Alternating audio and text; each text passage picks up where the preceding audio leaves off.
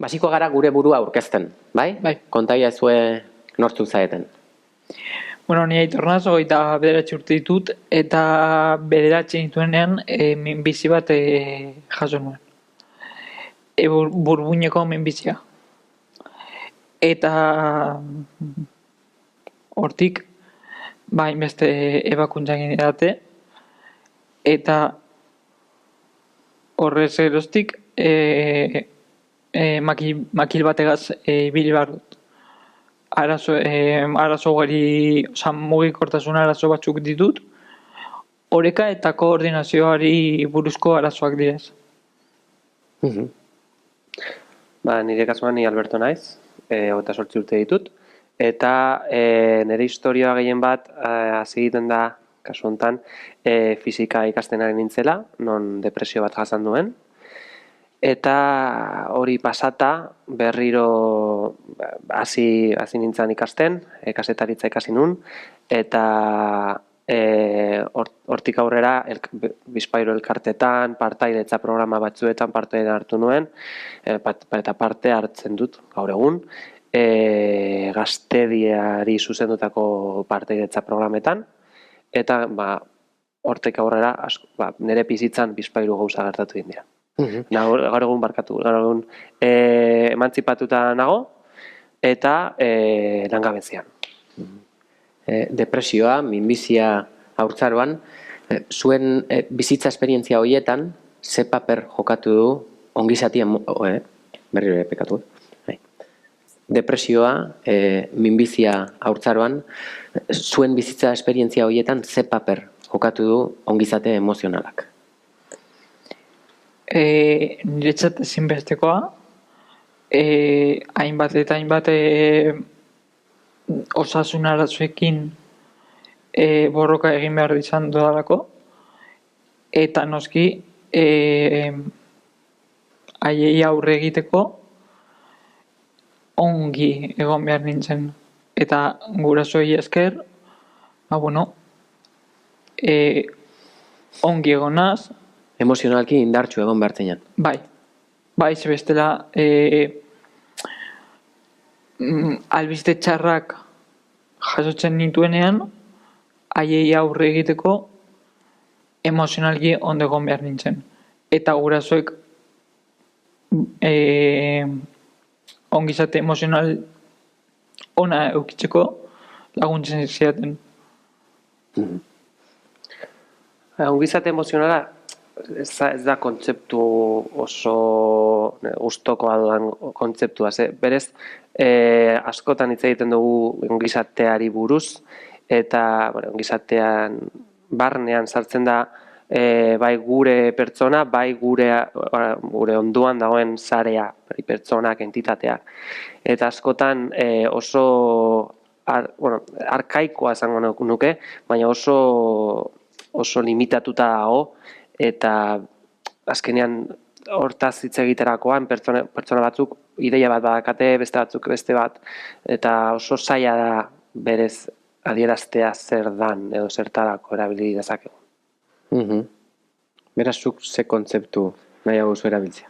Nahiago erabiltzea, ze askotan hori izaten dugu, ez? Ondo nago, zelan zaude, ondo, eta listo, pasa egiten dozu. Galdera hori oso pasatzeko galdera izaten da. Eta ez da ondo egotea edo txarto egotea, ez da txuria edo beltza. Ez da kontzeptu oso limitagarria. Da, hobeto gauden, edo okerrago ze ondo gaudenean oso erraza da esatea ondo gaudela eta konpartitzea. Ez gara gai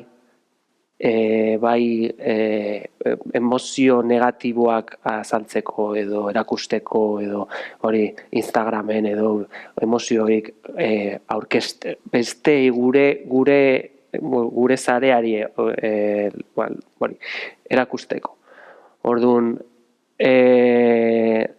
oso ondo dago iraian antzera beste pertsona askok gaur egun ahalegintzen direla benetako errealitate hori aurkezten. Baina oso zaila da eta guretzako baita gai izatea hori ondo jasatea.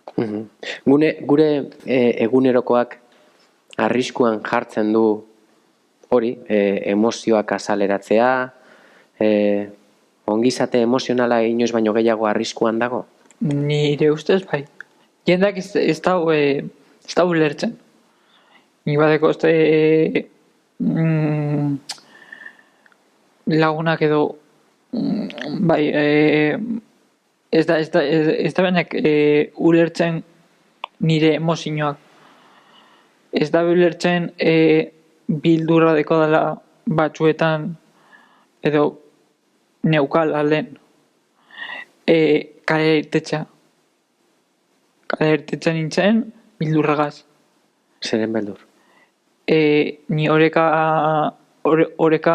arazoak ditut eta behar bada bultzatu egingo naute eta lurrera jauziko naz edo oleko gauzak. Eta ez gara hori azaltzeko gai, adibidez, ez zara lagunei hori azaltzeko Orain gai? bai, baina lehen ez. 15 urterekin, 18 urterekin, jendeak ezaban ez da esfortzurik egiten hori ulertzeko. Ez dut eskatzen nire larruan jartzea. Baina bai, esfortzua egitea. Esfortzu hori niretzat oso garrantzitsua da. Empatia. Iritsi zarete punto batera non erraz detektatzen duzuen emozionalki jota zaudetela, edo oraindik ere kostatzen zaizue? Gaur egun bai, baina lan handia izan da hortara heltzea. Askotan, nire realitatea dela medio, ezin nintzen txikitan, ezin dozu jukatu, ezin zara zerretu, ez negarrik egin. Eta azkenean hori denbora pasa hala badauka erantzun bat. Eta emozio horiek ezin dituzu, berez ez dituzu ulertzen, gero zahartzaroan. Gaur egun bai. Eta asko nire kasuan, etxetik atera, maskara jarri, irribarrea egin, eta espero dozu inork ez ikustea. Baina batean batzuetan, pertsona batzuk agertzen dira zure bizitzan, non maskaren atzean ikusi dezaketen. Eta nire lagun minena, gertatu zitzaidan, gauden kalean zehozer hartzen, eta batean gelditu eta zer modu zauz? Ni ondo, ez benetan. Tristura begiak dituzu. Sorte bat da horrelako pertsona bat aurkitzen duzunean, ez? Bai, asko. Eta gainera, pertsona horiek lortzeko denbora behar duzu. Azkenean, zeure txikitako kuadrillak zurekin daude, familia, aita, ama, lengusuak, danak zurekin egongo dira emetik zahartzarora arte. Espero dozu, eta zeure bizitzan dela medio, ondo erlazio hona bakazu haiekin oso ondo, batzuetan gertaliteke aita eta amarekin erlazio txarra izatea, edo arreba edo nahiekin, baina azkenean denbora pasa hala eta zeu nortzaren eta zer behar dozun, eta zein da zure urrengo pausua jakiten dozunean, hor agertzen dira pertsona horiek. Non zeu eta haien artean, talde moduan, sare bat sortzen duzu. Nola detektatu pertsona horiek? Zuk badituzu Aitor identifikatuta? Bai. Eta zenbat dira? Esku batekin zenbatu aldituzu? Bai. 3, 4, 5. Gehienez? Gehienez. 15 urterekin, 2 eskukin, 4, 5, 6, 6 eskurekin, bai, hori da. Takit 20. Baina, gero esan eban, bakarrik nau. 3 direz. 4, 5, gehienez. Gaur egun badaukazue? Bai. Zuen emozio ez hitz egiteko babes sare hori? Bai. Kostata, kolpe asko hartu ditu uste dut gure bizitzan zehar, kostata, baina bai. Eta azkenean, nire ustez, berezitasun bat daukazunean, danak gara, badakagu zeo zer, pertsona horiek gerturatu egiten zaizkizu. Ez dakizu zergatik, batean, pop, hemen agertzen da pertsona hori, eta ja, beste bat, eta beste bat, eta beste bat. Eta oso ez dakit nola esan, baina gustora heltzen dira, esango gu. Eta bai, azkenean galdu egin ez aldera markatu. Ezkazina zeitzeiten. Ia detektatzen dituzuen pertsona horiek iristen zaizkizuenean erraz detektatzen dituzuen eta sare hori sortu duzuen esan duzu kostata. Bai, esan errepikatuko torun.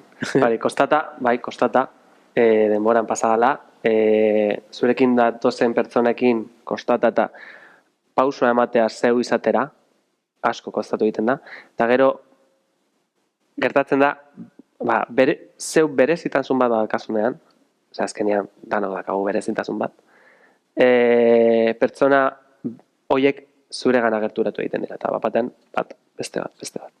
Azkenean, holan sortzen dira zeure pertsonalki zare horiek.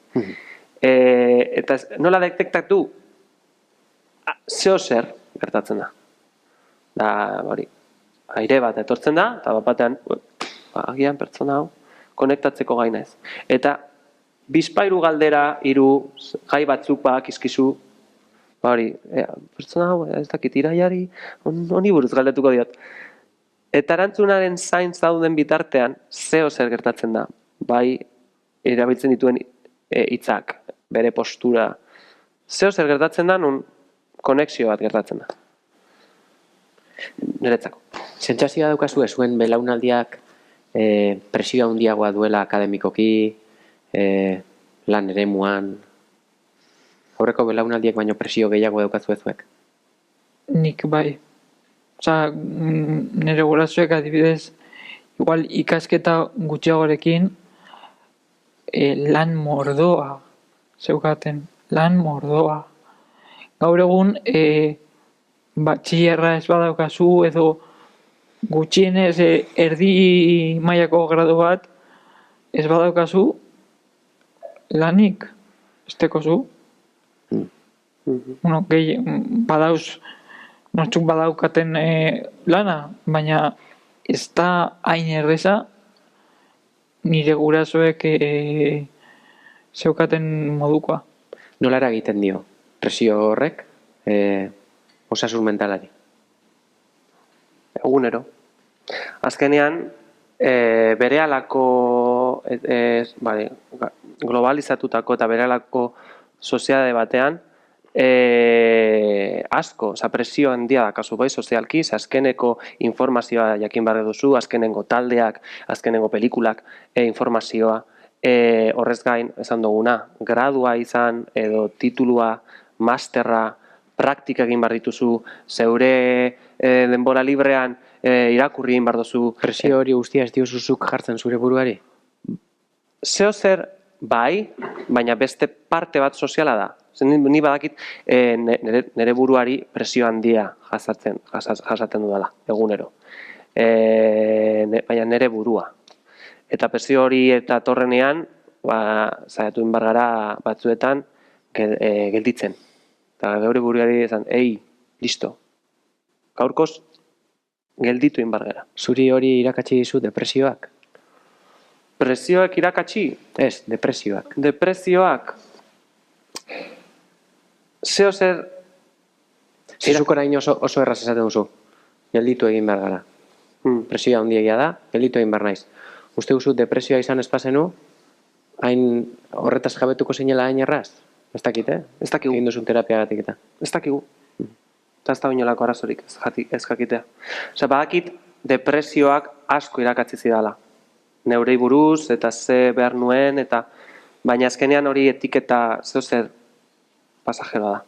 Etiketa bat da, ni jazan nuen depresio hori eta eskerrak eman behar dut, zala depresio oso handia izan. Eta sare bat izan nuela, eta privilegiaduna sentitzen daz kasu hontan. Eta hori Zergatik privilegiatua? Azkenean, pertsona askok ez dute nik izan ditudan errastasunak. Eta ongizate emozional hori lortzeko eta gaur egun daukagun sozialki ikusita gauden lekuan gaudena,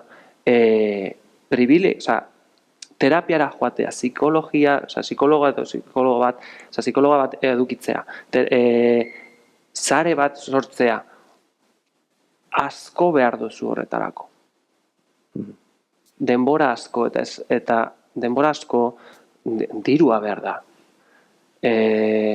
Eta gaitasuna hori lortzeko. Orduan, asko behar du, privilegio handiko pertsona gara, eta jakin behar dugu gauden lekuan gaudela, eta hemen gaude erraztasun horiek izan ditugulako. Alberto, zuk gaur egun arazorik gabe esaten diozu jendeari nik depresioa pasatu izan dut. Bai, baina gai ateratzen bada.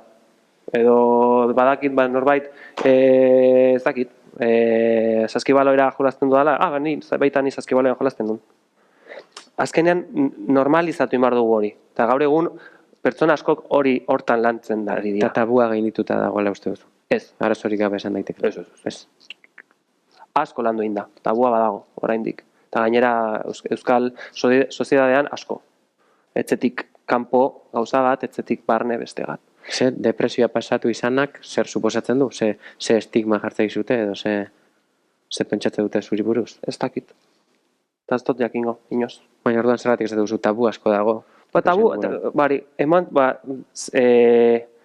Barkatu, salud mental euskaraz. Osasun mentala. Eskerrik asko. Vale. Badago asko, osasun mentalari buruz hitz egiten dugunean, naiz eta pertsona askok landu eta Instagramen, TikToken eta beste sare sozial askotan pertsona askok aktivismo sakon bat egiten ari dira, oraindik asko landu inbar dugu. Erraztasunez, nik gaur hemen erraztasunez esan dezaket terapiara noala, lagunekin neure buruari buruz hitz egiteko aukera daukadala, baina askok eurentzako baita behar dute gaitasun hori, erraztasun hori. Orduan, landu egin behar da, ahalik eta lasterren, gure generazioa uste dut pauso asko eman dituela, baina askoz gehiago eman behar dira. Eta kasu honetan, segurtasun hori lortzeko asko egin behar da. Jasaten dugun, ezin gara emantzipatu, ikasketaldetik dana izan behar dugu. Ez dago, nahiz eta gazteak izan, pertsonen aurrean egon, talde handiak izan, 94 aldera bakarrik sentitzen dira, bakartasun baten bizi egiten dira. Orduan, hori landu eta hori positibo gertatzen danean, edo hori hobetu egiten danean, nik esango nuke, hori tabu hori lortu egin dugu. Esaidazu oker bat nago, baina nik uste dut ongizate emozionalaren etxairik nagusietako bat dela ziurgabetasuna. Eta horri buruz, Aitor zuk asko dakizu, 9 urterekin minbizia zenuela esan zizuzenetik, ordutik mediku batek inoiz ez dizu esan, Aitor dana ondo dago, lasai egon zaitezke. Hori da, eta, karo, nire bizitza, dau, hori, ez dakit, zelan egon nahi zen bihar etxi damu. Orduan, horregaz bizi behar dut. Eta zelan egiten da? Zein da zure errezeta? Egia esan ez dakit zein dan. Ez egunero, baina astero interneten sartu eta terapiak, rehabilitazioak, medikuak ikusten. Eta zure inguruan, zer bilatzen duzu inguruan? Distrakzioak, jendea. Baina positibitatea. Leku batera jun, beste batera, pertsonak gehitzen duten pertsonek. gehitzen duten pertsonekin sarea sortzea. Bai, Hori da zure errezeta. nire ziurtasunari edo nire emozionaltasun arazoei gehitzen duten pertsonak. Alberto, zerbait gehiago gehitu nahi duzu? Nire ustez gehitu aldo dana pasatu egiten dela. Eta jakin, eta ikasi egin behar dugula nola gelditu. 5 minutu, zeure etzean, jesarri, isiltasuna, telebista jarri, eta inolako arazorik gabe telebista ikusi, eta gelditzea, irakurtzea, musika entzutea, lagun bategaz gelditzea. 10 minutu, ez da ezer, inorentzako, eta 10 minutu pertsona bati eguna alda dezake. Gelditu, eta sarea sortu, gehitzen duten pertsona horiekin. Ze garrantzitsua. Eskerrik asko. Eskerrik asko, Xabier. Zuekin asko ikasi dugu.